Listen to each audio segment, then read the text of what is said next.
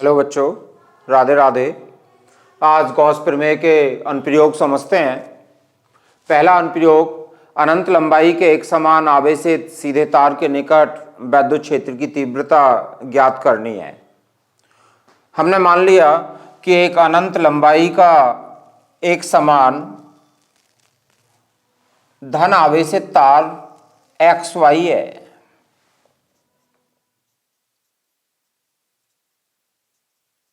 धन आवेशित तार एक समान रूप से आवेशित है, XY मान लिया।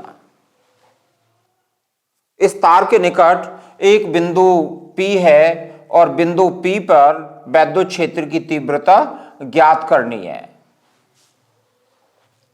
माना तार से बिंदु P की डिस्टेंस स्मॉल r है। बिंदु P पर वैद्युत क्षेत्र की तीव्रता ज्ञात करने के लिए हम एक बिंदु P से होकर गुजरने वाले समाक्ष बेलन या बेलनाकार गॉसियन पृष्ठ की कल्पना करते हैं।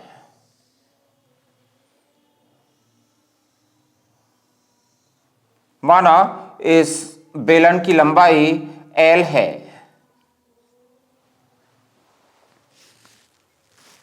एक समान रूप से आवेशित तार है।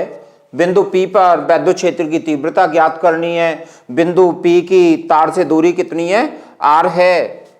बिंदु P पर वैद्युत क्षेत्र की तीव्रता ज्ञात करने के लिए एक गॉसियन बेलन की कल्पना कर ली और जिसका पृष्ठ बिंदु P से होकर गुजरता है। अब इसका ये तो वक्र पृष्ठ हो गया।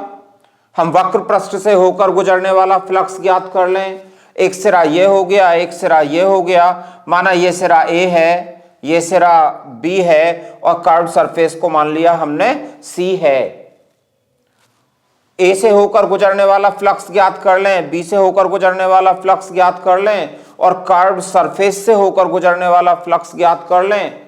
तीनों को प्लस कर लें, टोटल फ्लक्स ज्ञात कर लें। सबसे पहले कर्व सरफेस देखते हैं। कर्व सरफेस पर बिंदु P पर वैद्युत क्षेत्र की तीव्रता ज्ञात करनी है। इसके लिए हम बिंदु P के चारों ओर एक क्षेत्रफल अवयव dA की कल्पना करते हैं। बिंदु P के चारों ओर एक क्षेत्रफल अवयव ले लिया जिसका क्षेत्रफल dA है। इस अवयव पर dA वेक्टर की दिशा क्या होगी? बाहर की ओर खींचे गए अभिलंब के अनुदिश होगी। E वेक्टर की दिशा क्या होगी? तार कैसा है हमारा? धनावेशित तार है। तो धनावेशित तार के कारण वैद्युत क्षेत्र की तीव्रता की दिशा किधर होगी? धनावेशित तार है, ये भी बाहर की ओर होगी। इस अवयव से होकर जाने वाला वैद्युत फ्लक्स क्या होगा? अवयव dA से होकर जाने वाला वैद्युत फ्लक्स d फाई क्या होगा? E vector dot dA vector होगा। दोनों की डायरेक्शन कैसी है? दोनों एक ही दिशा में हैं, तो दोनों के बीच का कोण कितना हो गया? 0। EDA cos 0 equals to EDA। इस अवयव से होकर जाने वाला वैद्युत फ्लक्स कितना होगा? EDA के बराबर होगा। अब इस वक्र पृष्ठ से होकर कितना जाएगा? बेलन के वक्र पृष्ठ से होकर गुजरने वाला वैद्युत फ्लक्स, वैद्युत फ्लक्स क्या होगा? कर्व सरफेस को हमने C माना है, फाई C मान लो, तो integral surface integral E vector dot dA vector, और E vector dot dA vector की वैल्यू क्या है? EDA। क्षेत्रफल अवयव हम कहीं भी कंसीडर कर लें, ई का मान तो यूनिफॉर्म है, कर्व सरफेस पर ई नियत होगा, परंतु कर्व सरफेस कितनी होती है, बेलन है ये, सिलेंडर है, और सिलेंडर की कर्व सरफेस कितनी होती है, 2 पाई आर एल। बेलन की लंबाई क्या मानी है हमने, एल मानी है। तो कर्व सरफेस से कितना आ गया, ए इंटू 2 पाई आर एल। अब बेलन के सिरों को देखते हैं।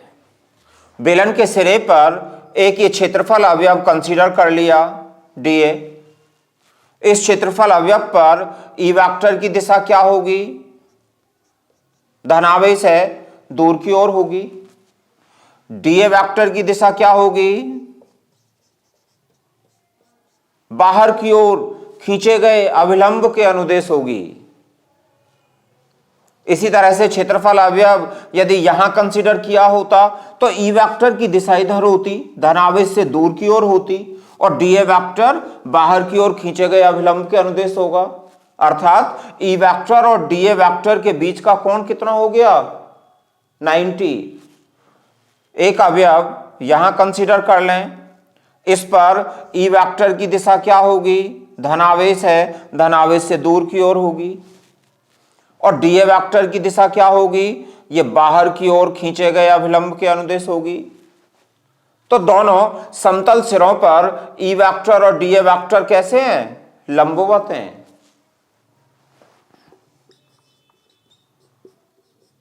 सिरों पर ई वेक्टर व डीए वेक्टर लंबवत हैं, अतः सिरों से होकर जाने वाला फ्लक्स क्या होगा, सिरों से होकर जाने वाला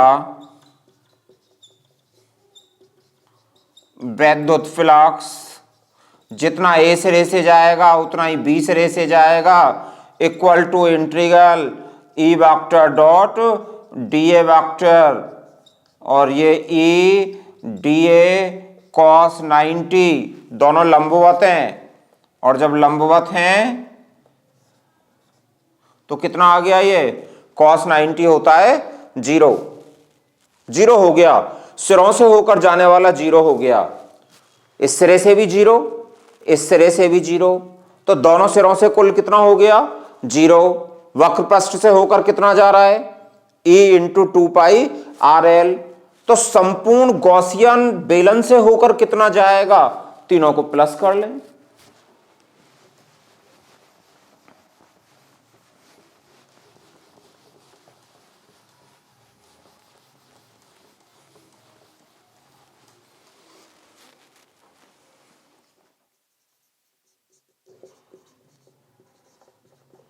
संपूर्ण गॉसियन बेलन से होकर जाने वाला वैद्युत flux phi E curve surface वाला प्लस ए सिरे वाला और प्लस फाई बी जो बी सिरे से होकर जाएगा, ये तो E into 2 pi R L, A सिरे से 0 और बी सिरे से भी कितना है 0, तो फाई ई बराबर आ गया E into 2 pi R L first. तार था अनंत लंबाई का, धनावेशित तार है, और तार की लंबाई पर आवेश Q एक समान रूप से वितरित है। माना तार का रेखीय आवेश घनत्व लैम्डा है। लैम्डा की परिभाषा क्या है, तार की प्रति एकांक लंबाई पर आवेश की मात्रा लैम्डा कहलाती है। एकांक लंबाई पर लैम्डा है तो L लंबाई पर आवेश की मात्रा क्या होगी? अतः बेलन द्वारा परिबद्ध आवेश Q कितना होगा? ये तो लैम्डा L होगा। लैम्डा बराबर पढ़ा है तुमने Q अपॉन L। लैम्डा बराबर Q अपॉन L एकांक लंबाई पर उपस्थित आवेश की मात्रा रेखीय आवेश घनत्व कहलाती है। तो Q की वैल्यू कितनी हो गई? Lambda L। अब गॉस की थ्योरम अप्लाई कर लें। गॉस की प्रमेय के अनुसार कितना होगा? इससे गुजरने वाला वैद्युत फ्लक्स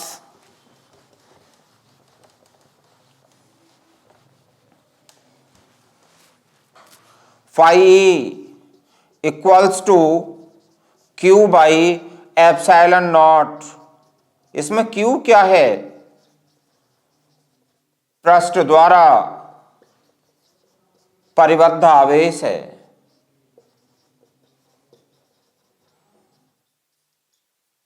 गॉस की प्रमेय के अनुसार किसी काल्पनिक बंद पृष्ठ से होकर गुजरने वाला वैद्युत फ्लक्स पृष्ठ द्वारा परिबद्ध कुल आवेश का 1 अपॉन एप्सिलॉन नॉट गुना होता है। यहां Q कितना है? Lambda L by epsilon naught. ये रिलेशन 2 हो गया। दोनों का कंपेयर कर लें 1 और 2 का। ये गॉस थ्योरम के अकॉर्डिंग होगा lambda L upon epsilon not.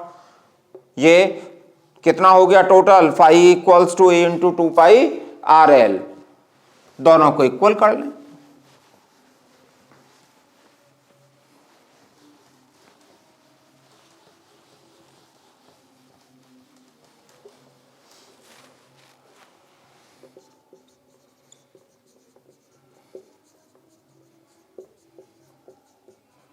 एक और दो की तुलना कर लें तो a into 2 pi R L equals to lambda L by epsilon not.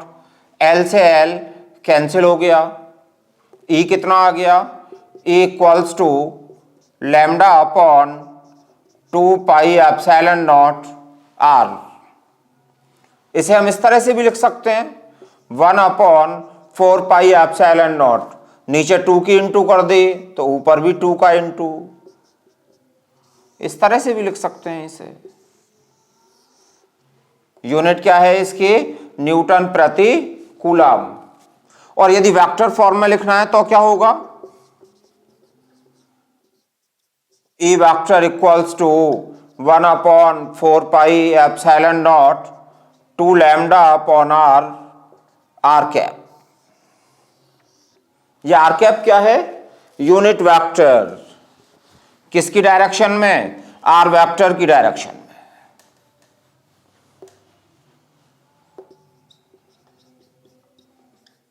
जहां आर कैप एकांक वेक्टर है।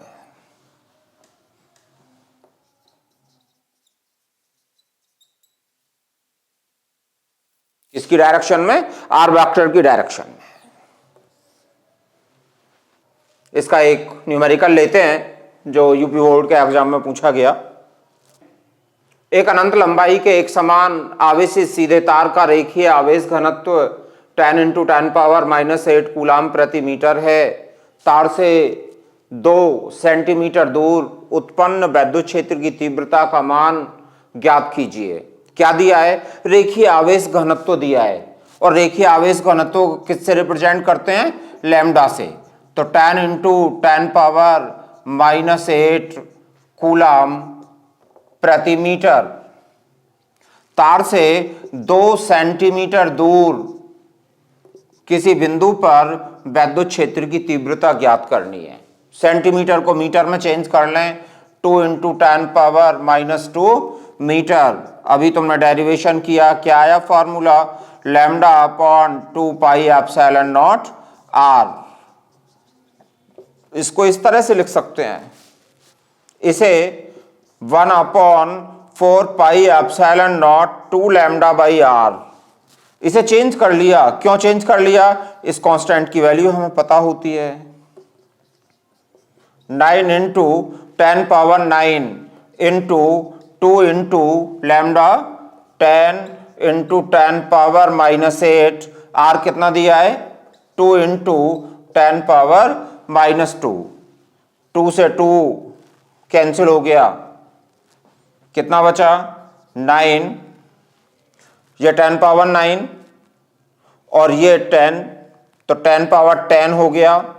ये दो और ऊपर आएंगी तो 10 पावर 12 हो गई, तो इंटू 10 पावर, और 12 में से 8 माइनस की हो गई, 4 बची। 9 इंटू 10 पावर 4। यूनिट क्या होती है? न्यूटन प्रति कूलम।